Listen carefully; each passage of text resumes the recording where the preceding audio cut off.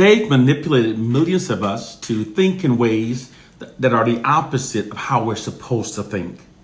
Case, point, and proof. Millions of you currently believe that because my postings are not getting much views, shares, nor comments, that it indicates that my contents lack importance and or value.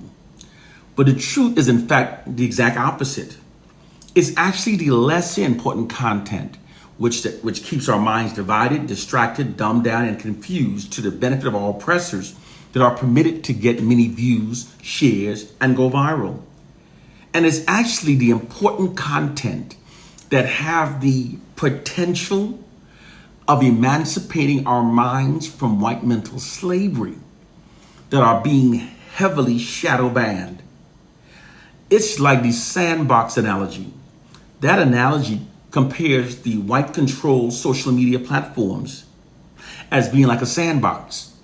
Those who controls a sandbox never allow those they've allowed to play within the sandbox to kick sand in their faces.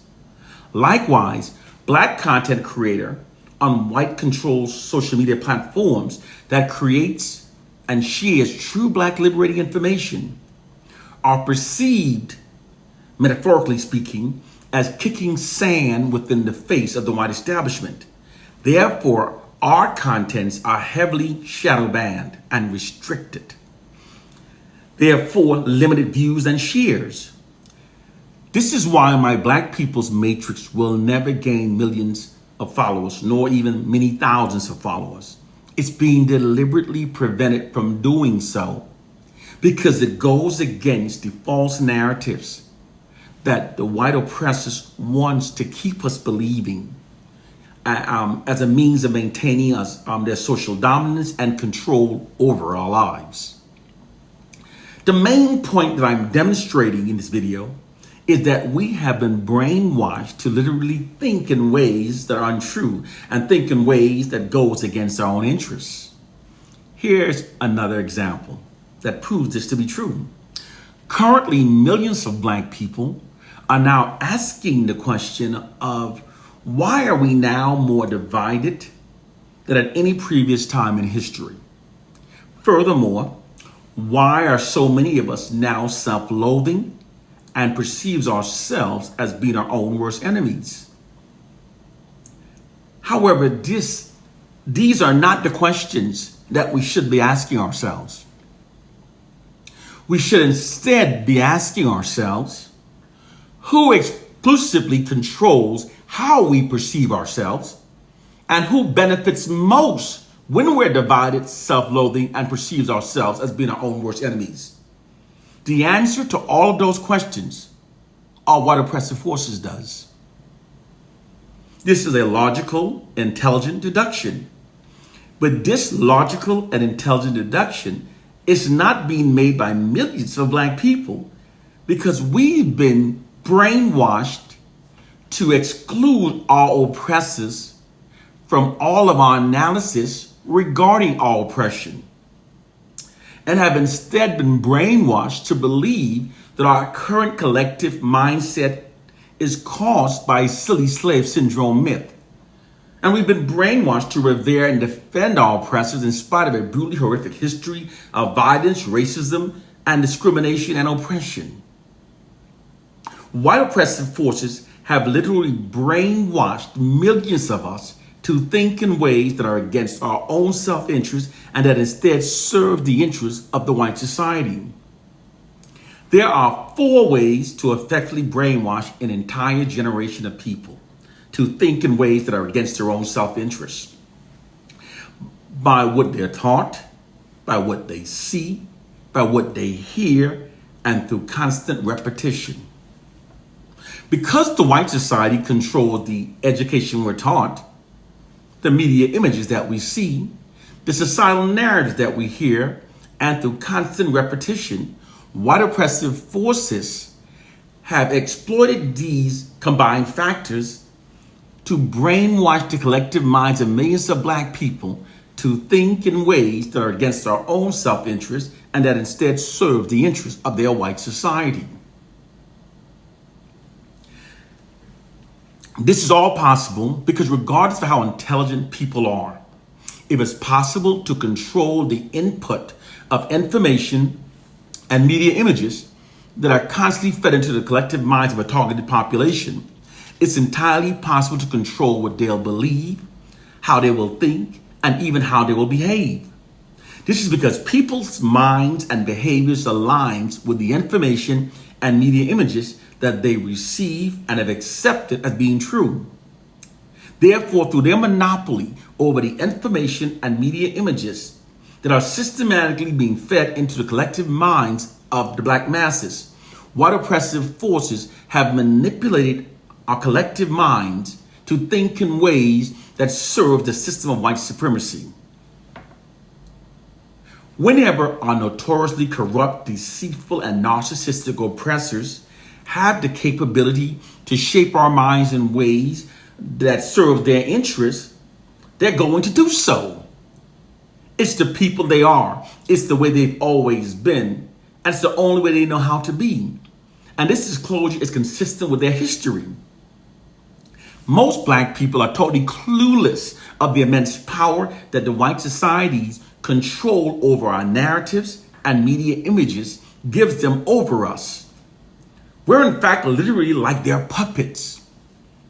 White oppressive forces are the true reason why millions of African Americans now self-identify by the N-word, calls our women by the B-word, sags our pants, and glorifies pimps. This is not some feeble-minded attempt of scapegoating to absolve ourselves of our own responsibilities by wrongly blaming white people, as so many of you have been brainwashed to respond. It's the absolute truth. What millions of African Americans naively perceive as being their own swagger and cultural creations are actually the result of white social engineering by white oppressive forces. People's behaviors align with the narrative they've accepted as being true about themselves, and people often imitate those derogatory media depictions of their group that they've accepted as being their true reality. Therefore, those who write to people's narratives and control their media images are able to steer their culture, because white oppressive forces writes all of our narratives and controls all of our mainstream media images. They, in fact, therefore, literally owns our interpretation of our collective state and of ourselves. White oppressive forces have exploited this immense position of power over us by falsely negatively distorting our narratives and our media images in order to negatively shape our collective minds and culture. They created the false narrative that we made the N-word ours. And as a result of that, millions of us are now self-identifying by the N-word. They control our media images, so it's them that are telling us how we African Americans are supposed to dress and act. This allows them to have many of us dressing like sagging clowns and acting like ghetto buffoons. We're literally their puppets. Those black people that uses the N-word, sags their pants, speaks Ebonics, are not perceiving themselves based upon their true, authentic identities. They're instead perceiving themselves through the white society's distorted black narratives and distorted media images that they've accepted as being our reality.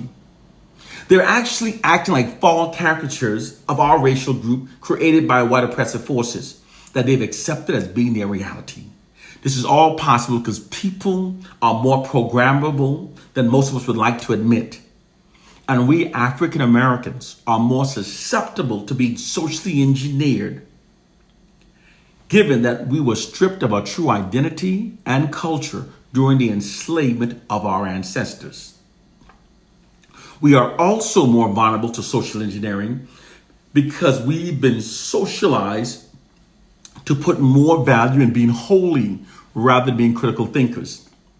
Because of this fact, we are therefore easy victims of those who have studied how the mind works and how to hijack the group minds of targeted populations. Millions of African Americans are functioning based upon a false identity imposed upon us by white oppressive forces through their monopoly over the narratives and mediums that we receive. It's called negative social engineering. And in doing so, they've conditioned millions of us to negatively perceive ourselves through a false, inherent, subordinate identity that aids them in maintaining their social dominance and social capital over our lives. They've literally created a psychological prison for our minds. And those of us who don't critically think never notices our mental change. And this brainwashing system is so effective that many of us fight against those of us who try to free their minds from it. Welcome to the real world. It's time to wake up to our reality. One love and peace.